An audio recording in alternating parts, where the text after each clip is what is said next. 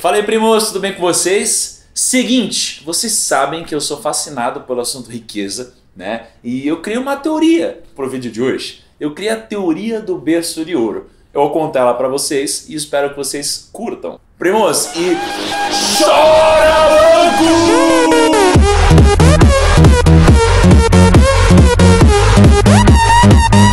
Bom, antes de mais nada, calma, não assiste o vídeo inteiro ainda. Primeiro, se você ainda não é inscrito no canal, se inscreve que é importante para eu saber que esse vídeo foi top e que você gostou dele, tá bom? E não deixa de curtir também o vídeo para eu entender o que você curte, o que você não curte, enfim, para ir balizando meus conteúdos, tá bom? Irmão, se você já conversou com alguém sobre riqueza, né, com certeza você já deve ter ouvido aquela frase clássica de para esse cara é fácil ter dinheiro, ele nasceu em berço de ouro e tal.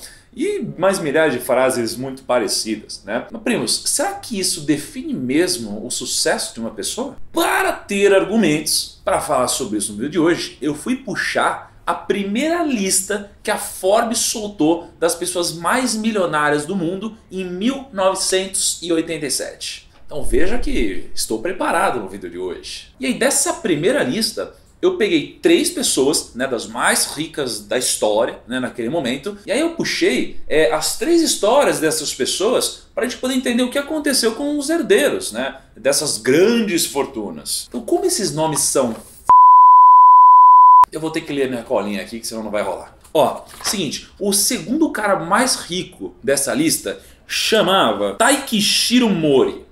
Taikishiro Mori, nome de rico. Esse cara, ele era empresário e era fundador da Mori Building Company. Daqui, ele fez uma fortuna de 15 bilhões de dólares na época. E com essa fortuna, ele conseguiu entrar no ranking em primeiro lugar, tanto em 91 quanto em 92. Só que o que aconteceu? Esse cara, né, ele faleceu em 93. E ele tinha 2 filhos. Então essa fortuna de 15 bilhões de dólares foi dividida com os seus herdeiros. Então você imagina que essa grana foi metade para um, metade para outro. Eu até tenho o nome aqui, mas não vou nem falar porque é tão foda quanto do pai. Mas beleza, o que aconteceu com a família do Mori nos dias de hoje? Bom, o primeiro filho morreu em 2012 com 1,6 bilhões de dólares. E o segundo filho ainda está vivo e tem uma fortuna de 4,8 bilhões de dólares. Se a gente somar, né, a gente tem 4,8 bilhões de um filho, mais 1,6 bilhões de outro filho. Então dá 5,8, dá 6,4 bilhões de dólares. Cara, quando o pai faleceu há muito tempo, ele deixou 15 bilhões de dólares. Então veja aqui que já tem um puta prejuízo. Mas você precisa levar em consideração a inflação do período também.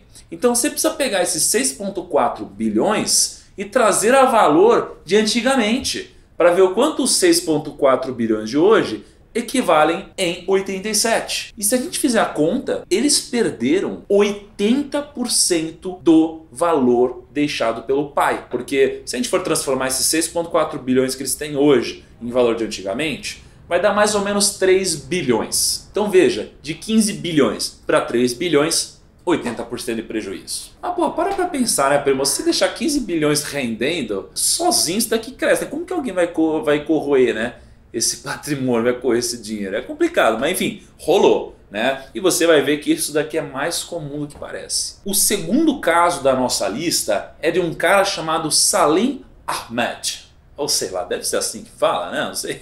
Esse cara foi o criador do maior banco da Arábia Saudita. Então, em 87, esse cara tinha equivalente a 6,2 bilhões de dólares. E ele tinha um filho, né? E esse herdeiro faleceu em 2009 com 3,9 bilhões de dólares. O pai faleceu com 6,2 e o filho com 3,2, vários anos depois. Então, o que a gente precisa fazer? A gente precisa pegar esses 3,2 bilhões de hoje, trazer a valor, né, do dinheiro do pai para a gente poder comparar uma coisa com a outra. Então, se a gente fizer essa comparação, ele teve uma depreciação, né, um prejuízo de 72% do patrimônio do pai. Então, ele também corroeu o patrimônio de uma forma absurda. E o último caso é de um japonês, que o nome é fácil também, que é Yoshihiro Iwasaki. ou alguma coisa assim. E ele trabalhou muito tempo produzindo bebida alcoólica, né? Também trabalhou depois no ramo de extração de madeira e tal. E quando ele faleceu com 5,6 bilhões de dólares. Já o filho dele, o herdeiro, quando faleceu em 2009, faleceu com 5,7 bilhões de dólares.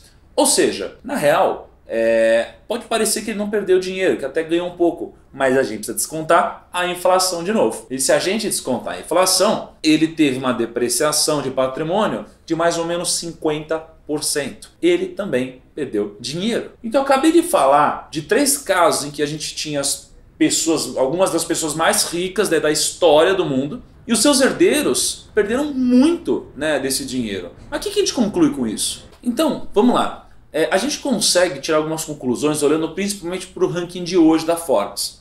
Se a gente pegar as 10 pessoas mais ricas do mundo em 1987, né, e a gente puxar o ranking da Forbes hoje, a gente não vai encontrar nenhuma dessas pessoas ainda hoje no topo da lista e nem os seus herdeiros. Mas nem no top 10, nem no top 20. E às vezes nem no top 30. Então assim, eles continuam muito ricos, mas muitos nem aparecem na lista da Forbes. Então isso aqui já mostra pra gente que é muito, mas muito difícil mesmo se manter no topo por muito tempo. Essa é a primeira conclusão. Agora, qual seria o grande motivo para essa incapacidade de aumentar o tamanho do patrimônio, ou pelo menos manter ele ali com a inflação?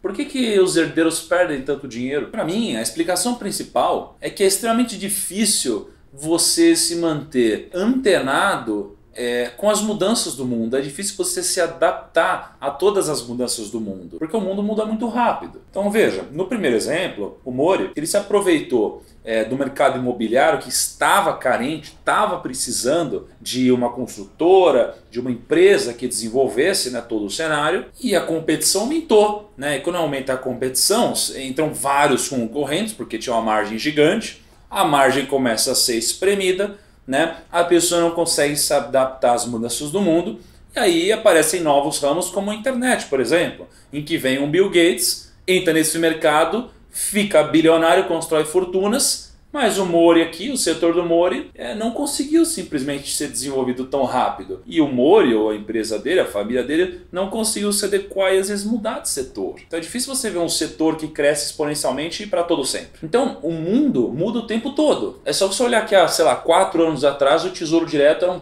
puta investimento. Se não fosse o melhor, seria um dos melhores, né? Que a gente está falando de Tesouro IPCA, etc. E a gente olha para hoje e talvez o Tesouro nem seja bom mais. Entendeu? Então o mundo muda muito rápido. Por isso que às vezes aquela ilusão de você deitar a cabeça no travesseiro, deixar seu dinheiro rendendo e viver de renda, aliás, pode ser de fato uma ilusão mesmo, como eu falei, né? Pode não ter esse glamour todo, essa segurança toda.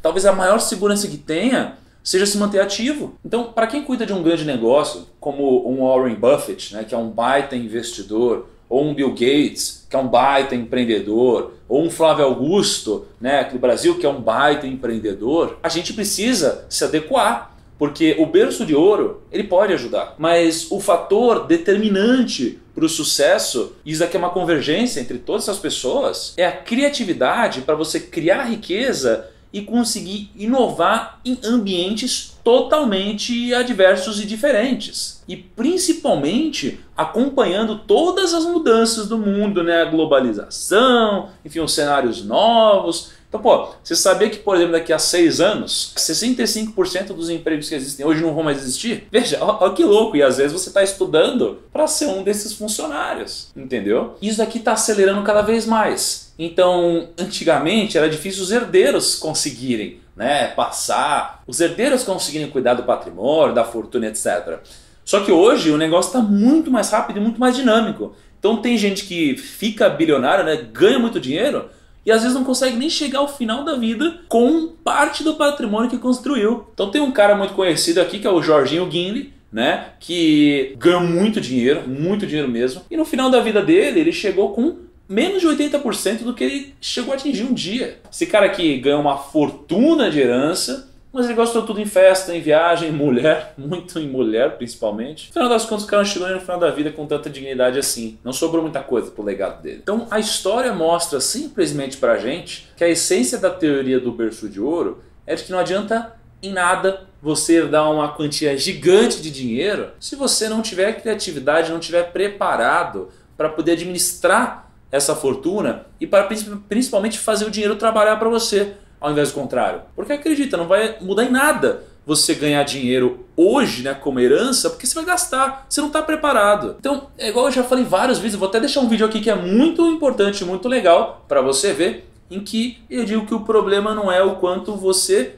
ganha, e sim o quanto você gasta, né? Então eu cito vários milionários, como Mike Tyson, por exemplo, que ganhou mais de 300 milhões de dólares na carreira e quebrou, sabe, decretou falência. Então, se você não está preparado para uma fortuna dessas, não adianta você ganhar porque você vai perder. Esse é o resumo. E não adianta falar que é fácil, quando eu ganhar essa fortuna eu vou me preparar, não. Porque, veja, quanto você deve ganhar hoje? Eu não sei, 5 mil reais por mês, 10 mil, 20, 50, 100, 1 milhão. Mas imagina que, poxa, se você ganhar 5 mil reais hoje, você talvez saiba o que vai fazer. Vou comprar aqui um tesouro, um fundo, vou guardar, enfim, 10 mil reais. Mas se você ganhasse 1 bilhão de reais, cara, o que você faria? Às vezes você não vai colocar no tesouro, não é assim que funciona. Você nem pode, por exemplo, sabe? É um negócio muito diferente, você precisa estar preparado. Imagina essas pessoas que não tiveram toda essa preparação. E mesmo assim, imagina essas pessoas que tiveram preparação, mas o mundo mudou. É difícil, é muito difícil.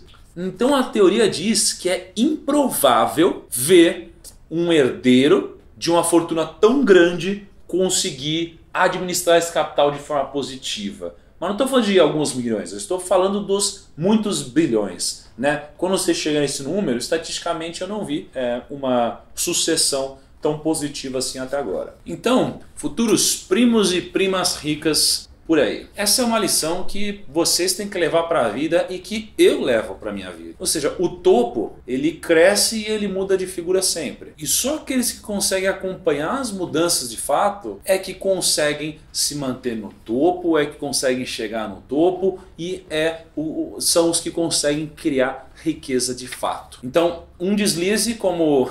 não, né? Mas alguns deslizes e como o Eike Batista, você pode ir pro vinagre da noite pro dia. Primo, espero que você tenha curtido o vídeo de hoje, né? Foi uma teoria bem legal.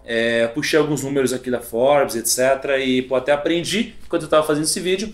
E gostaria de saber o que você achou. Então, deixa aqui embaixo um comentário, vamos conversar sobre isso. Tem gente que discorda e que eu, inclusive, conversei com algumas pessoas que discordam da minha opinião. Mas eu gosto de críticas, adoro, gosto de discutir aqui nos comentários e espero ver os seus aqui embaixo. Beleza? Então, até o próximo vídeo. Espero você. Um abraço. Até lá.